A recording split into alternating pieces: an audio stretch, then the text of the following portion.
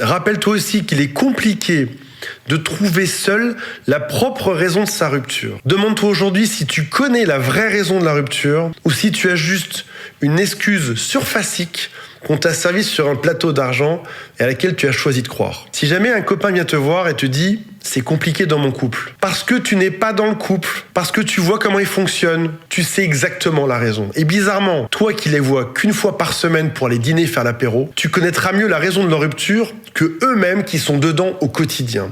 Parce que tu as cette distance. Donc comprends bien une chose, c'est que pour toi aujourd'hui, tu manques d'altitude pour comprendre la vraie raison de la rupture amoureuse. T'as la tête dedans, t'es au niveau zéro.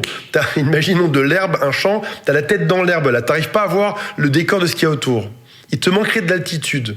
La plupart des gens autour de toi auraient cette altitude pour te le dire. Un coach, un psychologue, une personne externe pourrait aussi te le dire.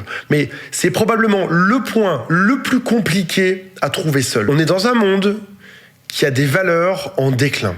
Voici un graphique sur à peu près les 60 dernières années. En 1960, on est encore dans ce qui s'appelle le couple traditionnel. En 2020, ça devient un acte de courage.